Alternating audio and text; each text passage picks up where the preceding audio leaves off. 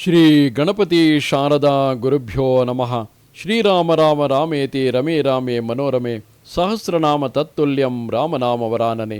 ಶ್ರೋತೃಗಳಿಗೆ ಶ್ರೀಮದ್ ವಾಲ್ಮೀಕಿ ರಾಮಾಯಣದ ಯುದ್ಧಕಾಂಡದಲ್ಲಿ ಸಾರಣನು ರಾವಣನಿಗೆ ವಾನರ ಸೈನ್ಯದಲ್ಲಿ ಪ್ರಧಾನರಾದ ದಳಪತಿಗಳ ಪರಿಚಯವನ್ನು ಮಾಡಿಕೊಟ್ಟುದು ಎಂಬ 27ನೆಯ ಸರ್ಗಕ್ಕೆ ಸ್ವಾಗತ. ತಾಂಸ್ತುತೆ ಸಂಪ್ರವಕ್ಷ್ಯಾಮಿ ಪ್ರೇಕ್ಷಮಾಣಸ್ಯ ಯೋಥಪಾನ್ ರಾಘವಾರ್ತೆ ಪರಾಕ್ರಾಂತ ಏನ ರಕ್ಷಂತಿ ಜೀವಿತಂ.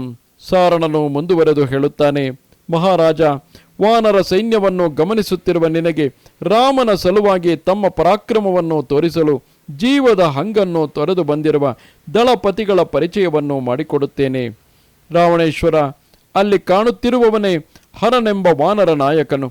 ಅವನು ಭಯಂಕರವಾದ ಕಾರ್ಯಗಳನ್ನು ಮಾಡತಕ್ಕವನು. ಉದ್ದವಾದ ಅವನ ಬಾಲದಲ್ಲಿ ನುಣುಪಾಗಿಯೂ ಅನೇಕ ಮಾರುಗಳಷ್ಟು ಉದ್ದವಾಗಿಯೂ ಕೆಂಪು, ಹಳದಿ, ಬಿಳಿ ಮತ್ತು ಕಂದು ಬಣ್ಣಗಳಿಂದ ಕೂಡಿಯೂ ವಿರಳವೂ ಆಗಿರುವ ಕೂದಲುಗಳು ತುಂಬಿವೆ. ಅವನು ಬಾಲವನ್ನೇನಾದರೂ ಮೇಲಕ್ಕೆತ್ತಿದರೆ ಆ ಕೂದಲುಗಳು ಸೂರ್ಯನ ಕಿರಣಗಳಂತೆಯೇ ಕಾಣುತ್ತವೆ. ಬಾಲದಲ್ಲಿರುವ ಆ ಕೂದಲುಗಳನ್ನು ಹರನು ಭೂಮಿಯ ಮೇಲೂ ಎಳೆದುಕೊಂಡು ಹೋಗುತ್ತಿರುವಂತೆ ಕಾಣುತ್ತದೆ. ಅವನ ಹಿಂದೆ ಲಂಕೆಯನ್ನು ಆಕ್ರಮಿಸಲು 100,000 ವಾನರ ಕಿಂಕರರು ವೃಕ್ಷಗಳನ್ನೆತ್ತಿಕೊಂಡು ಸಿದ್ಧರಾಗಿ ನಿಂತಿದ್ದಾರೆ. ಲಂಕೇಶ್ವರ, ಅತ್ತ ಕಡೆ ಮಹಾಮೇಘಗಳಂತೆಯೂ ಮತ್ತು ಕಪ್ಪಾದ ಕಾಡಿಗೆಗಳಂತೆಯೂ ಇರುವ ಕರಡಿಗಳನ್ನು ನೀನು ನೋಡುತ್ತಿರುವೆಯಲ್ಲವೇ? ಅವರೆಲ್ಲರೂ ಯುದ್ಧದಲ್ಲಿ ನಿಜವಾದ ಪರಾಕ್ರಮವನ್ನು ತೋರಿಸತಕ್ಕವರು. ಸಮುದ್ರದ ಆಚೆಯ ದಡವು ಕಾಣದಂತೆ ಅವರ ಕಣ್ಣುಗಳಿಗೆ ನಿಲುಕದಷ್ಟು ವಿಶಾಲವಾಗಿ ವ್ಯಾಪಿಸಿಕೊಂಡಿದ್ದಾರೆ. ಅಸಂಖ್ಯಾತರಾಗಿದ್ದಾರೆ. ಅವರಲ್ಲಿ ಒಬ್ಬೊಬ್ಬ ದಳಪತಿಗಳನ್ನು ನಿರ್ದೇಶಿಸಿ ಪರಿಚಯಿಸಲು ಸಾಧ್ಯವೇ ಇಲ್ಲ. ಅತ್ಯಂತ ಭಯಂಕರರಾಗಿರುವ ಅವರಲ್ಲಿ ಕೆಲವರು ಪರ್ವತಗಳಲ್ಲಿಯೂ ವಿಭಿನ್ನ ಪ್ರದೇಶಗಳಲ್ಲಿಯೂ ಮತ್ತು ನದಿ ತೀರಗಳಲ್ಲಿಯೂ ವಾಸ ಮಾಡುತ್ತಾರೆ. ಈಗ ಅವರೆಲ್ಲರೂ ಒಟ್ಟಾಗಿ ಸೇರಿ ನಿನ್ನ ಮೇಲೆ ಆಕ್ರಮಣ ಮಾಡಲು ಬಂದಿರುವರು. ಅವರ ಮಧ್ಯದಲ್ಲಿ ಭಯಂಕರವಾಗಿ ಕಾಣುವ ಭಯಂಕರವಾದ ಕಣ್ಣುಗಳನ್ನು ಹೊಂದಿರುವ ಧೂಮ್ರನೆಂಬ ದಳಪತಿ ಇದ್ದಾನೆ. ಮೇಘಗಳಿಂದ ಸುತ್ತುವರಿಯಲ್ಪಟ್ಟ ಇಂದ್ರನಂತೆ ಅವನು 4 ಕಡೆಗಳಲ್ಲಿಯೂ ಕರಡಿಗಳ ನಾಯಕರಿಂದ ಸುತ್ತುವರಿಯಲ್ಪಟ್ಟಿದ್ದಾನೆ. ಅವನು ನರ್ಮದಾ ನದಿಯ ನೀರನ್ನು ಕುಡಿಯುತ್ತಾ ವೃಕ್ಷವಂತವೆಂಬ ಶ್ರೇಷ್ಠವಾದ ಪರ್ವತದಲ್ಲಿ ವಾಸ ಮಾಡುತ್ತಿದ್ದಾನೆ. ಎಲ್ಲ ಕರಡಿಗಳಿಗೂ ಅವನೇ ರಾಜನು. ಮಹಾರಾಜ, ಪರ್ವತೋಪಮವಾಗಿ ಅಲ್ಲೊಬ್ಬ ವೃಕ್ಷ ಶ್ರೇಷ್ಠನು ನಿಂತಿದ್ದಾನೆ. ಅವನನ್ನು ನೋಡು. ಅವನೇ ಧೂಮ್ರನ ತಮ್ಮನು. ರೂಪದಲ್ಲವನು ಧೂಮ್ರನಂತೆಯೇ ಇದ್ದಾನೆ, ಆದರೆ ಪರಾಕ್ರಮದಲ್ಲಿ ಅವನಿಗಿಂತಲೂ ಅಧಿಕನು. ಮಹಾದಳಪತಿಗಳಿಗೂ ದಂಡನಾಯಕನಾದ ಅವನು ಜಾಂಬವಂತ ಎಂಬ ಹೆಸರಿನಿಂದ ಪ್ರಸಿದ್ಧನಾಗಿದ್ದಾನೆ. ಅವನು ಶಾಂತ ಸ್ವಭಾವದವನು, ಗುರು ಜನರ ಆಜ್ಞಾ ಪರಿಪಾಲಕನು. ಯುದ್ಧಗಳಲ್ಲಿ ಮಾತ್ರ ಅವನು ಸಹನೆಯಿಲ್ಲದವನಾಗುತ್ತಾನೆ. ಬುದ್ಧಿವಂತನಾದ ಅವನು ದೇವಾಸುರರ ಯುದ್ಧದಲ್ಲಿ ಅನೇಕ ಪ್ರಕಾರವಾಗಿ ಸಹಾಯ ಮಾಡಿರುವನು. ಈ ಕಾರಣದಿಂದಲೇ ಇಂದ್ರನಿಂದ ಹಲವಾರು ವರಗಳನ್ನು ಪಡೆದುಕೊಂಡಿರುತ್ತಾನೆ. ಅವನ ಅಸಂಖ್ಯಾತರಾದ ಸೈನಿಕರು ಎಲ್ಲೆಡೆಗಳಲ್ಲೂ ಸಂಚರಿಸುತ್ತಿರುತ್ತಾರೆ.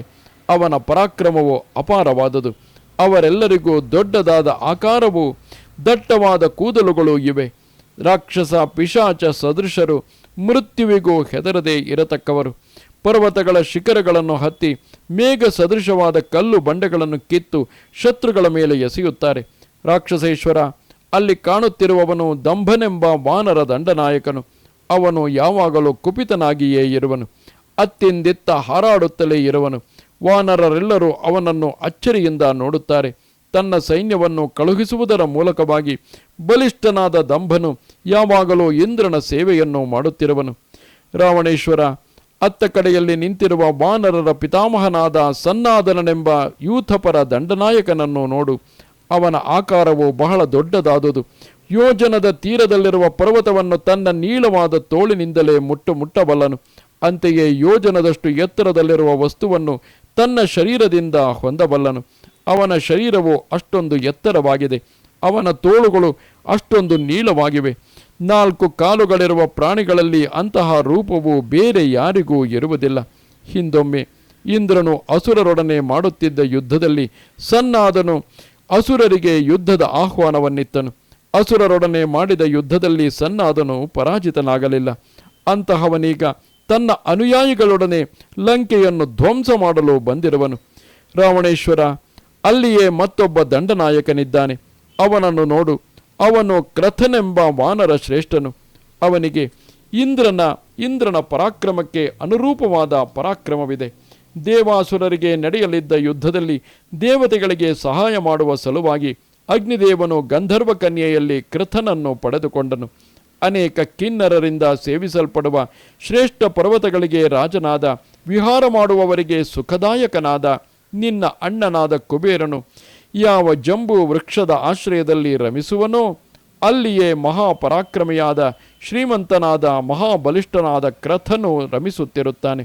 ಯುದ್ಧಗಳಲ್ಲಿ ಯಾವಾಗಲೂ ಅವನು ಜಂಬ ಕೊಚ್ಚಿಕೊಳ್ಳುವನಲ್ಲ.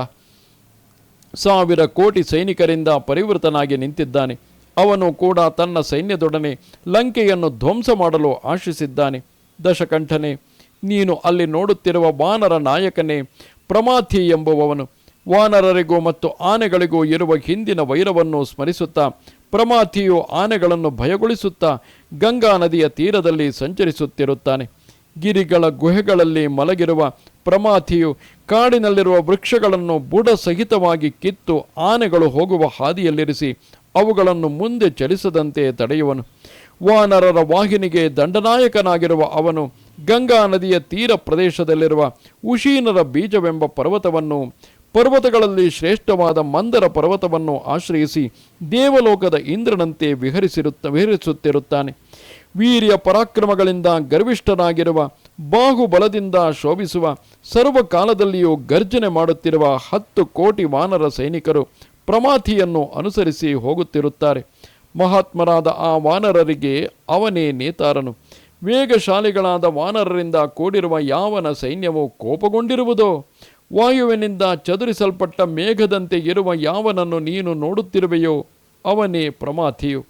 ಗಾಳಿಯಿಂದ ಎಬ್ಬಿಸಲ್ಪಟ್ಟ ಎಣ್ಣೆಗೆಂಪಿನಿಂದ ಕೂಡಿರುವ ಯಾವ ಧೂಳು ಪುನಃ ಸುತ್ತಿಕೊಂಡು ಎಲ್ಲಿ ಬೀಳುತ್ತಿರುವುದೋ ಅದೇ ಪ್ರಮಾಥಿ ಇರುವ ಸ್ಥಳ.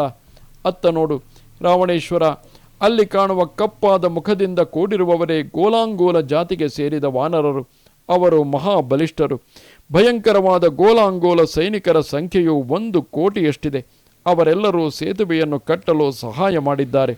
ಗೋಲಾಂಗೋಲ ಜಾತಿಗೆ ಸೇರಿದ ಆ ವಾನರರಿಗೆ ನಾಯಕನಾದ ಗವಾಕ್ಷ ಎಂಬ ಯೂಥಪನನ್ನು 4 ಕಡೆಗಳಿಂದಲೂ ಆವರಿಸಿಕೊಂಡು ಅವನ ಅನುಯಾಯಿಗಳು ಲಂಕೆಯನ್ನು ಧ್ವಂಸ ಮಾಡುವ ಸಲುವಾಗಿ ಗರ್ಜನೆ ಮಾಡುತ್ತಿದ್ದಾರೆ. ರಾವಣೇಶ್ವರ, ಅಲ್ಲಿ ಕಾಣುತ್ತಿರುವವನೇ ಹನುಮಂತನ ತಂದೆಯಾದ ಕೇಸರಿಯು.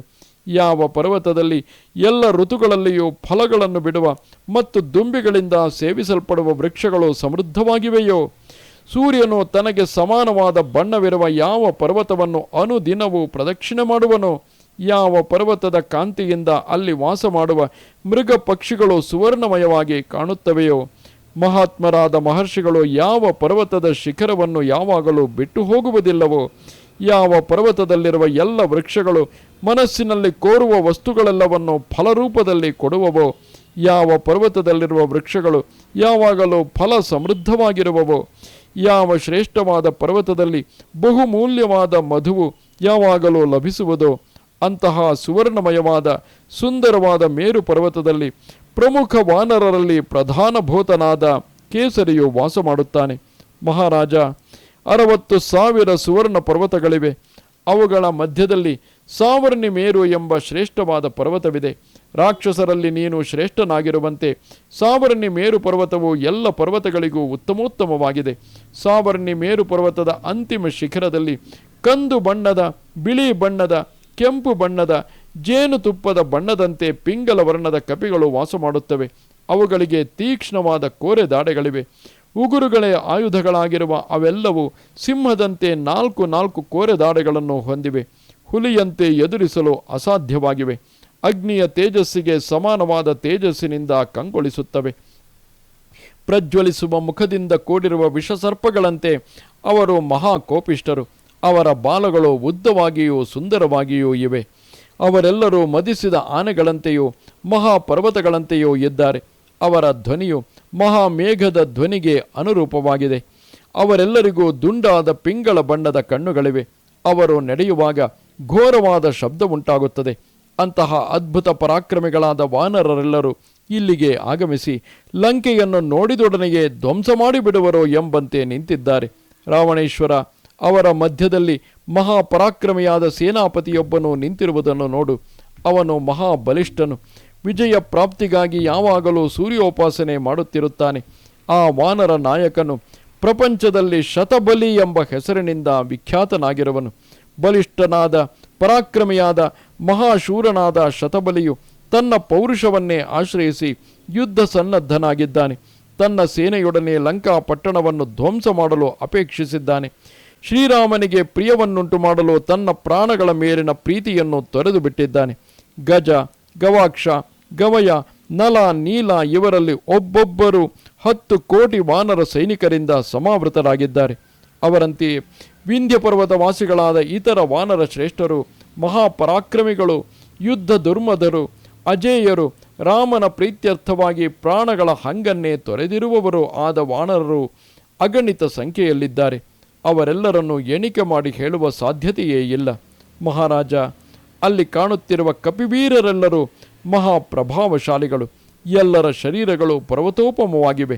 ಕ್ಷಣ ಮಾತ್ರದಲ್ಲಿ ಭೂಮಂಡಲದಲ್ಲಿರುವ ಸಮಸ್ತ ಪರ್ವತಗಳನ್ನು ಚೂರು ಚೂರು ಮಾಡಿ ಎಲ್ಲ ಕಡೆಗಳಲ್ಲಿಯೂ ಹರಡಿಬಿಡುವಷ್ಟು ಅವರು ಸಮರ್ಥರಾಗಿದ್ದಾರೆ. ಇದು ಶ್ರೀಮದ್ ವಾಲ್ಮೀಕಿ ರಾಮಾಯಣದ ಯುದ್ಧಕಾಂಡದಲ್ಲಿ 27ನೆಯ ಸರ್ಗವು. ನಮಸ್ತೆ ಶಾರದೆ ದೇವಿ ಕಾಶ್ಮೀರ ಪುರವಾಸಿನಿ ತ್ವಾಮಹಂ ಪ್ರಾರ್ಥಯೇ ನಿತ್ಯಂ ವಿದ್ಯಾದಾನಂಚ ದೇಹಿಮೆ. ನಮಸ್ಕಾರ.